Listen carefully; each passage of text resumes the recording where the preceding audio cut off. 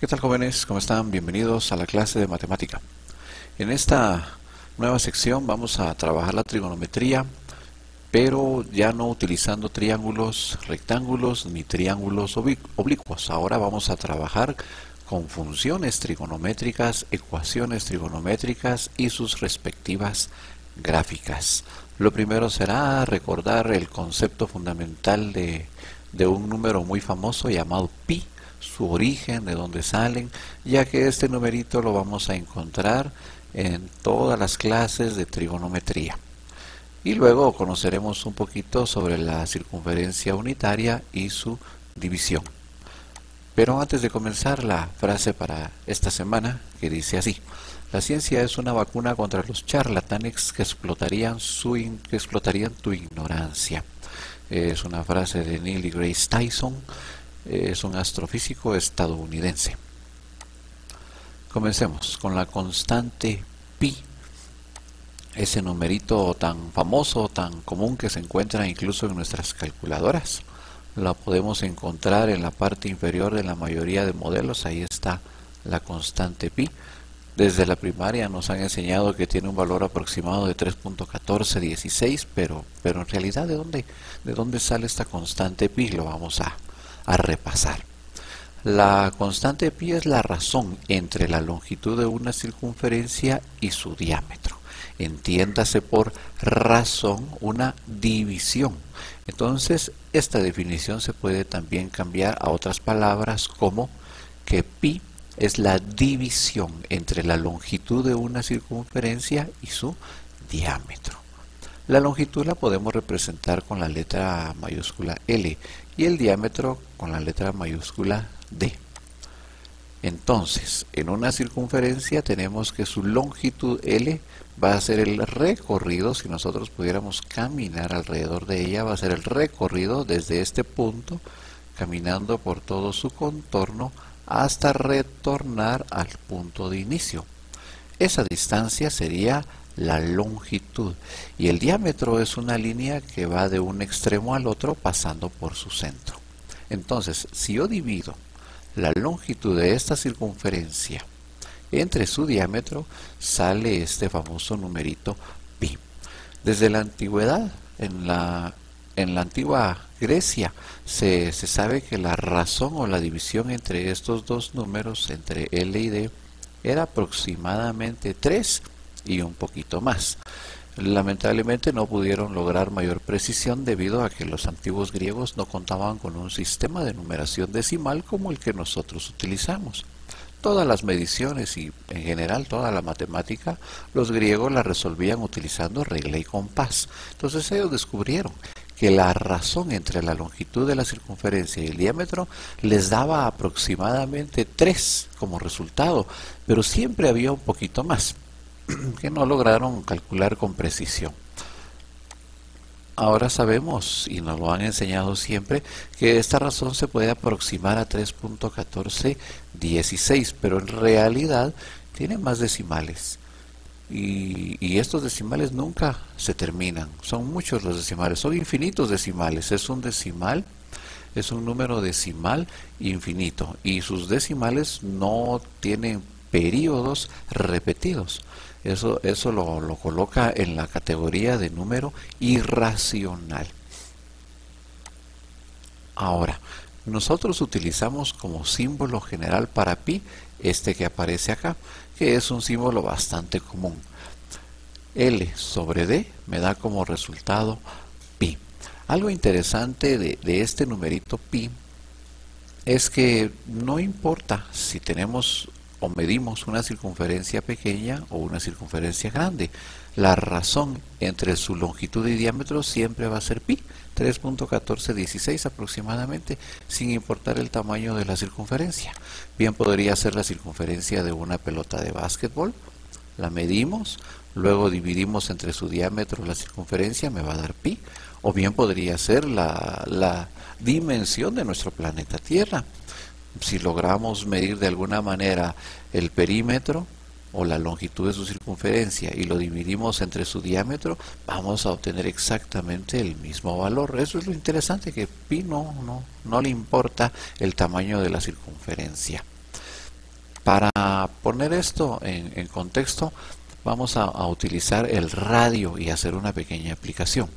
Como el diámetro es 2 veces el radio, eso lo podemos ver en esta figurita, el radio es la medida que hay del centro a cualquier punto de la circunferencia, y el diámetro siempre va a ser 2 veces el radio. Entonces podemos calcular la longitud de la circunferencia de la siguiente manera.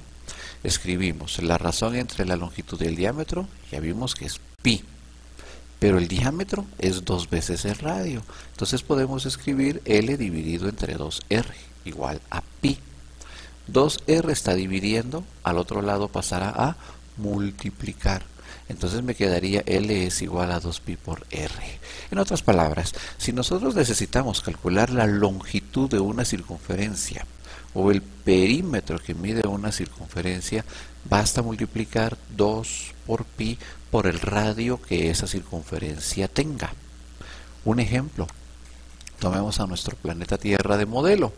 Imaginémoslo como una esfera perfecta, aunque no lo es, pero imaginemos que es una esfera perfecta. Va a tener un radio, es decir, la medida desde su núcleo a cualquier punto del exterior. Y este radio, en internet podemos hallarlo, es un radio de 6.371 kilómetros. Pero debo aclarar algo, este es un radio promedio o radio medio, como le llaman en la mayoría de páginas informativas por internet. ¿Eso qué quiere decir? Que de todos los radios posibles, el promedio es aproximadamente 6.371 kilómetros. Pero yo hace un momento dije que podría considerarse como una esfera perfecta. Sí se puede considerar como una esfera perfecta, pero en realidad no lo es. En realidad, nuestro planeta Tierra tiene más una forma parecida a una papa, así como lo muestra esta imagen. Y entonces, si medimos desde su centro a un punto, vamos a obtener un radio muy distinto al medir desde el centro a otro punto. Entonces, la distancia de todos estos radios en promedio se estima que es de 6.371 kilómetros. Esta imagen nos muestra la forma más real de nuestro planeta Tierra. Sin embargo, en las imágenes que nosotros podemos ver desde el exterior, que se toman por ejemplo desde la estación espacial o desde el telescopio Hubble, se ve como una esfera perfecta debido a la atmósfera que cubre a nuestro planeta. Eso es lo que en realidad estamos viendo, la atmósfera, no directamente la superficie de la Tierra, que en realidad es como una forma de esferoide. Entonces, si tenemos este radio promedio, vamos a hallar la longitud de su circunferencia promedio aplicando esta expresión.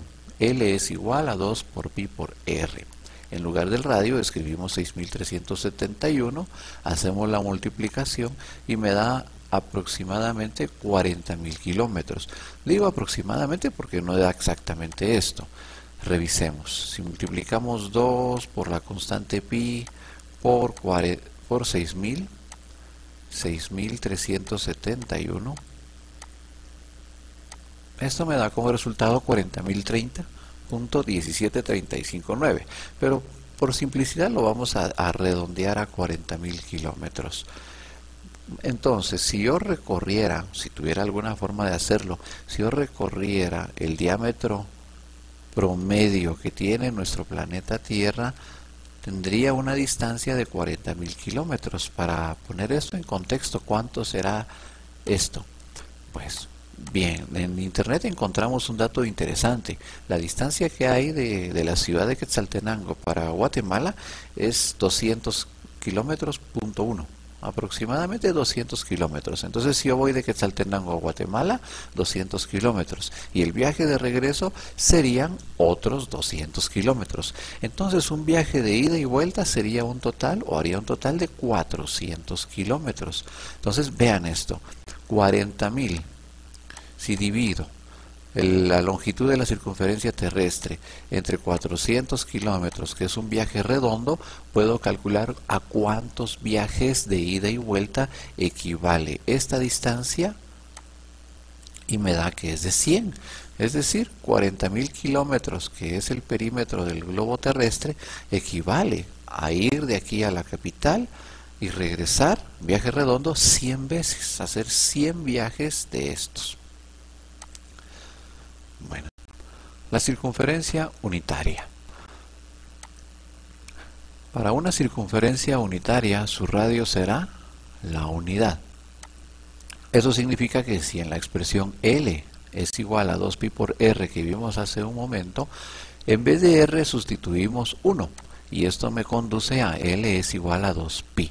Utilizar una circunferencia unitaria es más conveniente porque las operaciones que se hacen son más sencillas, al igual que las gráficas que producen. Por eso recurrimos a una circunferencia unitaria. Y como hay que aprender bastantes elementos acerca de ella, conviene hacerlo sabiendo que su radio es 1 para no complicar los cálculos. Para dibujar una circunferencia unitaria podemos utilizar un compás, dando como radio la unidad. Puede ser un centímetro, una pulgada, lo que yo necesite como una unidad. Dibujamos entonces la circunferencia unitaria y marcamos el punto de inicio, desde donde vamos a hacer nuestras mediciones. El punto de origen o punto de partida va a estar marcado como 0, porque es el punto de salida para nuestras mediciones. Si ahora damos la vuelta alrededor de toda la circunferencia unitaria y volvemos al mismo punto, habremos recorrido una distancia de 2pi. Eso lo vemos de la definición. La longitud de la circunferencia equivale a 2pi. Es decir, si caminamos por toda la circunferencia, recorremos una distancia de 2pi. Ahora, si yo en vez de recorrer toda la longitud, camino hasta la mitad, habré recorrido una distancia de pi, porque esta distancia se divide entre 2. 2pi dividido entre 2, el 2 se anula y me quedaría solamente pi. Luego, otra marca importante, si en vez de recorrer hasta la mitad, me quedo a la mitad de la mitad, es decir, en la cuarta parte, habré recorrido una distancia de pi medios. Es decir, tomamos pi, lo dividimos entre 2 y ese resultado será pi medios. Otra marca importante también es la que está a la mitad entre 0 y pi medios. Exactamente a la mitad de pi medios. Pero antes de eso, faltaría ver el extremo que tenemos a partir de pi medios. Pi medios hasta el otro extremo vamos a tener 3 pi medios. ¿Por qué será 3 pi medios? Hagamos una cuenta muy sencilla. Del origen para acá, pi medios. Hasta acá, 2 pi medios, que se simplifica a pi medios. Entonces acá le correspondería 3 pi medios. Pi medios, 2 pi medios, 3 pi medios. Y si cerramos la vuelta serían 4 pi medios, que al simplificar me da 2 pi. Ahora, como les decía, otra marca intermedia sería pi cuartos. ¿De dónde se obtiene? De dividir pi medios entre 2. Esto lo podemos ver con la ayuda de la calculadora de la siguiente manera. Si escribimos pi medios, que es hasta acá el recorrido, y lo dividimos entre 2, me da como resultado un cuarto de pi o pi cuartos, como también se le llama pi cuartos. Entonces podemos hallar otras medidas también. Pi cuartos, sumando pi cuartos, 2 pi cuartos, que equivale a pi medios. Aquí sería 3 pi cuartos, 4 pi cuartos, que equivale a pi. Aquí sería 5 pi cuartos, 6 pi cuartos, que simplificado equivale a 3 pi medios, 7 pi cuartos y finalmente acá sería 8 pi cuartos, que equivale a 2 pi. Entonces solamente hay que llevar la cuenta y de esa manera van a aprender la distribución de la circunferencia unitaria, que es muy importante para toda la trigonometría que viene más adelante. Pi cuartos, 2 pi cuartos, 3 pi cuartos, 4 pi cuartos, 5 pi cuartos, 6 pi cuartos, 7 pi cuartos y 8 pi cuartos, que equivale a 2 pi. Repásenlo varias veces hasta que hayan entendido esa división. Otra división importante que podemos hacer de pi es hacer divisiones o dividir cada sector, cada cuarta parte, en 3 porciones iguales. Es decir, esta sección en 3, esta sección en 3, esta en 3 y esta en 3. Y entonces me queda la circunferencia unitaria de esta manera. ¿Cómo podemos hacer para hallar la medida de cada una de esas partes? Bien, comencemos con la más pequeñita, esta de acá. Tomamos pi medios, que es el recorrido desde el origen hasta la cuarta parte, pi medios. Entonces escribimos pi medios y lo dividimos entre 1, 2, 3 pedazos de pizza, digamos, o que se parece a una pizza. Tomamos esta parte y la dividimos en 3 pedazos de pizza. ¿Cuánto va a tener cada uno de esos pedazos? Tiene 1/6 de pi o pi sextos. Eso quiere decir que cada pedacito de estos mide pi sextos. Entonces vamos a llevar la cuenta para hallar el valor de cada uno de esos puntos en su recorrido. El primero, pi sextos. Pi sextos más pi sextos, ¿cuánto será? Pi sextos sumado con pi sextos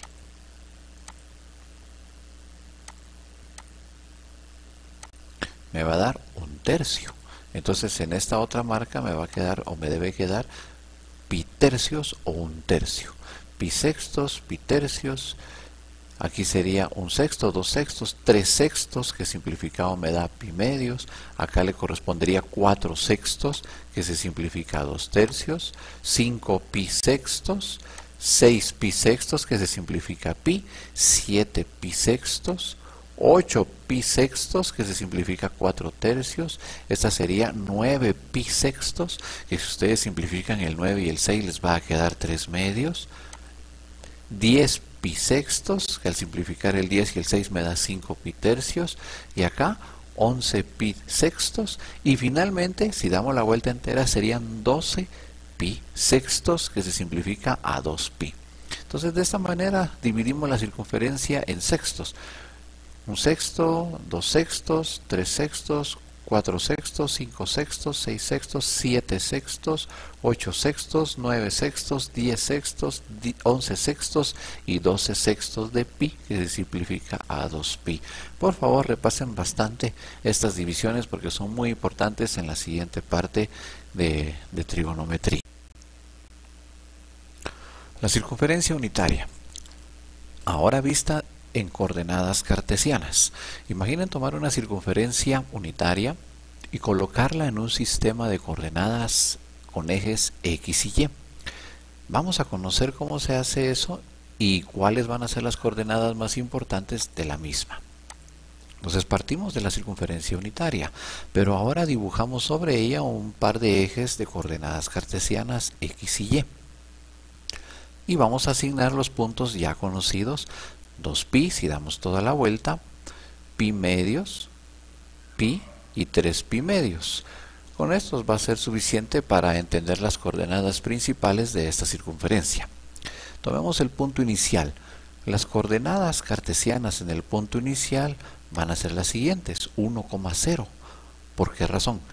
Porque el primer número me indica cuánto se mueve desde el origen en X. Y como la circunferencia unitaria tiene 1 de radio, entonces desde el origen para el borde tenemos una unidad. Y como este punto ni sube ni baja, su coordenada Y va a ser 0. Ahora, para el punto pi medios, su coordenada será 0,1. ¿Por qué razón? Porque a partir del centro del plano cartesiano, hacia arriba se mueve una unidad, esa es la coordenada Y. Pero horizontalmente no se mueve ni a derecha ni a izquierda, entonces su coordenada X será 0. Determinemos ahora la coordenada del punto que le corresponde a pi. A pi le corresponde una coordenada de menos 1,0, porque desde el origen se mide una unidad, que es el radio, a la izquierda. Y recuerden que en un plano cartesiano, si medimos a la derecha será positivo y si medimos a la izquierda, negativo. Entonces tenemos es menos 1,0. 0 en Y porque ni sube ni baja. Y luego tenemos la coordenada en el punto 3pi medios, que va a ser como digamos el opuesto de este. 0 en X y menos 1 en Y porque se mide del centro hacia abajo. Teniendo ya estas coordenadas cartesianas, ya va a ser más fácil construir una gráfica a partir de la misma, porque eso es lo que nos interesa, construir gráficas a partir de funciones trigonométricas. Pero antes de eso, hagamos lo siguiente: imaginemos una circunferencia unitaria como si fuera una rueda Chicago o una noria, como le llaman en algunos lugares. Si a esta rueda, si a este juego le asignamos un sistema de eje de coordenadas en su centro, vamos a entender mejor cómo es que estos puntos se producen en la gráfica. La persona que vaya en este extremo, por ejemplo, va a tener coordenada 1,0 si la noria mide una unidad de radio. La parte más alta será al llegar acá. Esta será la parte más alta, es decir, el máximo valor que puede tomar esta rueda, que sería 0,1. Luego se pasaría a este lado, en donde está menos 1,0, y llegaría a la parte más baja, que tiene coordenadas 0, menos 1. ¿Esto qué significa? Que en una circunferencia unitaria el máximo valor vertical que se puede tener es 1 y el mínimo valor vertical que se puede tener es menos 1. No podemos pasar de eso. Más 1 y menos 1 son los máximos y mínimos que vamos a tener en una circunferencia unitaria. Esto es muy importante para entender la gráfica que viene a continuación. Gráfica de la función seno. La función trigonométrica seno. Vamos a partir nuevamente de la relación seno. Todos debemos recordar que la función seno se define como la relación o la división que se produce entre el cateto opuesto y la hipotenusa. Tomemos esta circunferencia unitaria, por ejemplo, y elijamos un punto sobre ella. Al tener un punto sobre ella podemos dibujarnos un triángulo rectángulo y colocarle como base o cateto adyacente X y como altura o cateto opuesto Y. Porque recuerden que estamos en un plano cartesiano. En el sentido horizontal se mide X y en el sentido vertical se mide Y. La hipotenusa va a medir 1 porque resulta que la hipotenusa es el radio de la circunferencia. Y como es una circunferencia unitaria, pues su valor es la unidad. Entonces, si el seno de un ángulo arbitrario es igual al cateto opuesto dividido hipotenusa, vamos a tener que el seno para nuestra circunferencia unitaria de un ángulo cualquiera va a ser igual al opuesto, que es Y, entre la hipotenusa que mide 1. Pero Y dividido entre 1 es simplemente Y. Entonces se dice que para la gráfica del seno la función respectiva es y igual a seno de alfa. Lo único que hice fue pasar al lado izquierdo Y y al lado derecho el seno de alfa. Esta formulita nos va a ser de mucha utilidad para hacer la respectiva gráfica a partir de una circunferencia unitaria como esta. ¿Cuál va a ser el valor inicial del seno para empezar a graficar? Pues es muy sencillo. Vamos a partir de la coordenada del punto inicial 1,0. Esta coordenada me indica que en este punto X vale 1 e Y vale 0. Entonces escribimos seno de alfa de un ángulo cualquiera es igual a Y partido 1, como se demostró hace un momento. Pero en este punto específico, el punto de partida, el punto inicial, Y vale 0. Entonces escribimos que el seno de 0 va a ser 0 sobre 0, porque en este punto todavía no se ha levantado ningún ángulo, por eso es 0. Y la coordenada es 0 dividido entre 1, lo cual me da 0. Eso significa que en el punto inicial el valor de la función seno siempre va a comenzar con 0. La función seno siempre comienza en 0. La función coseno es diferente, la veremos en su respectivo momento. Comencemos ahora entonces con la gráfica, a construir la gráfica de la función seno. Primero, utilizaremos una circunferencia unitaria con divisiones de pi cuartos. La primera que vimos, pi cuartos, 2 pi cuartos, 3 pi cuartos, 4 pi cuartos, 5 pi cuartos, 6 pi cuartos, 7 pi cuartos y finalmente 8 pi cuartos, que equivale a 2 pi. Ahora, aquí es donde viene la parte crucial. Imaginen que tenemos una tijera y cortamos esta circunferencia exactamente en el punto de partida. Aplicamos un corte. Tomamos esta longitud como si fuera una cuerda y la extendemos horizontalmente. Hay que imaginarlo para entenderlo. Si tomamos entonces esta circunferencia y la cortamos en el punto inicial y estiramos y hacemos horizontal esta circunferencia, nos quedaría toda su longitud de esta manera. 0, pi cuartos, pi medios, 3 pi medios, pi, 5 pi cuartos, 3 pi medios, 7 pi cuartos y 2 pi. Es decir, toda la circunferencia presentada en sentido horizontal, y eso va a ser nuestro eje X. Y en el sentido vertical vamos a tener los máximos, máximo y mínimo que vimos que tenía la circunferencia unitaria. Como máximo puede llegar hasta 1 en el sentido vertical y como mínimo hasta menos 1. Teniendo ya esta representación, localizaremos puntos sobre este plano cartesiano y trazaremos una gráfica. El primer punto es el origen, en donde comienza nuestra circunferencia unitaria, 0. Ahí nos preguntamos, ¿cuánto vale la función seno? Pues vimos en la presentación anterior que toda función seno siempre comienza con 0. Por lo tanto, el punto inicial será 0. Este es el punto inicial. En pi cuartos, ¿la altura cuánto será? Pues acá me da la medida la circunferencia unitaria. Solo debo proyectar una línea desde pi cuartos hasta esta línea en azul.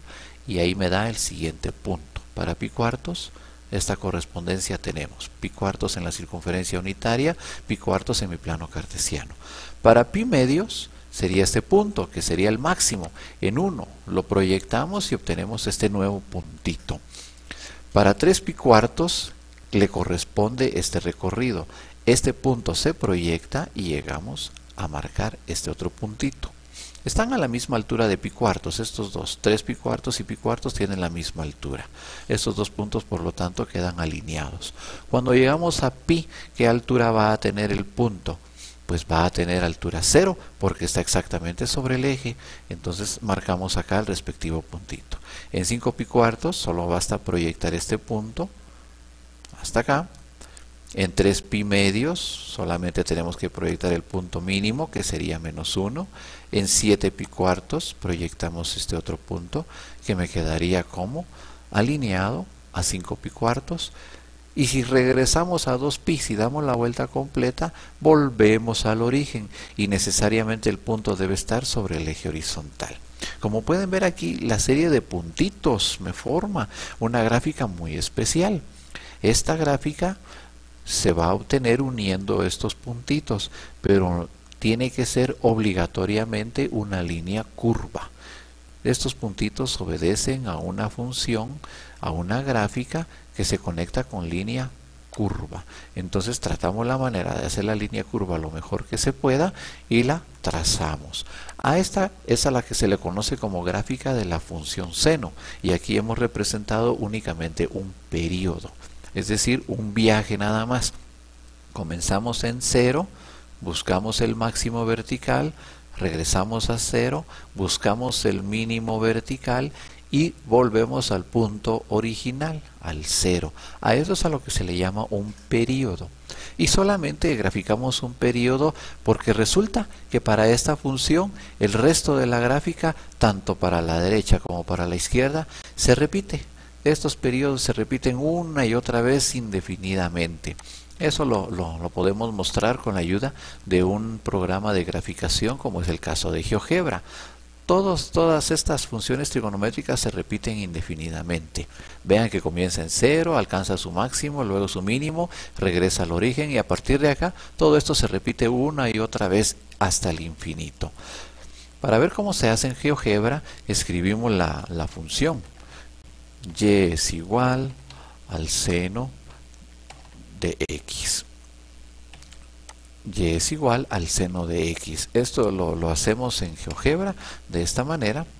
Y igual al seno de x, damos enter y me sale mi gráfica respectiva del seno. Pero vean que se generan infinitas ondulaciones porque esta gráfica nunca termina. Nosotros presentamos en el ejercicio solo un periodo, pero en realidad salen muchos repetidos, y esta característica es la que hace que estas funciones trigonométricas sean tan importantes, porque permiten realizar modelos matemáticos de fenómenos naturales repetitivos, como por ejemplo el movimiento circular, el movimiento de nuestra luna alrededor de nuestro planeta, el ciclo lunar, que más o menos dura 29 días y medio. Es un movimiento periódico, las vibraciones que se producen en las estructuras, en los edificios, en las viviendas, también obedecen a situaciones periódicas como estos. Los instrumentos en medicina que se utilizan para controlar órganos vitales, como por ejemplo el corazón, también se pueden estudiar por medio de este tipo de ondas, como se les llama a veces, o de funciones periódicas. Un terremoto, por ejemplo, se puede modelar gracias a este tipo de funciones periódicas. En fin, las aplicaciones que hay para ese tipo de funciones son muchas, no las podemos mencionar todas acá. Entonces, dibujamos la función para la función seno, que solamente va a tener un periodo, y a partir de ese periodo nosotros podemos repetir todos los necesarios. La función seno comienza en 0, alcanza su máximo, luego su mínimo y regresa al punto de partida, y a partir de ahí todo se repite. Pasamos ahora a las actividades. Les pido, por favor, que realicen las lecturas de las páginas 401 a la 408 en su libro de texto. Los términos clave que necesito que aprenda bien en esta lectura son punto terminal, número de referencia y la ecuación de la circunferencia unitaria. Luego de haber leído y comprendido los ejemplos que se explican en esas páginas, les pido que realicen los ejercicios marcados en rojo. 39, 43, 47 y 51. Muy importante, utilicen la tabla número 1 y la calculadora como lo mostré en esta clase para poder hallar el número de referencia y los puntos terminales que están solicitando. Entonces, esta sería nuestra actividad que queda para hacer esta semana, y no olviden por favor lavarse las manos por lo menos 40 segundos, es lo que recomiendan, con suficiente jabón, porque si nosotros nos cuidamos, cuidamos a los demás. Nos vemos en la próxima clase.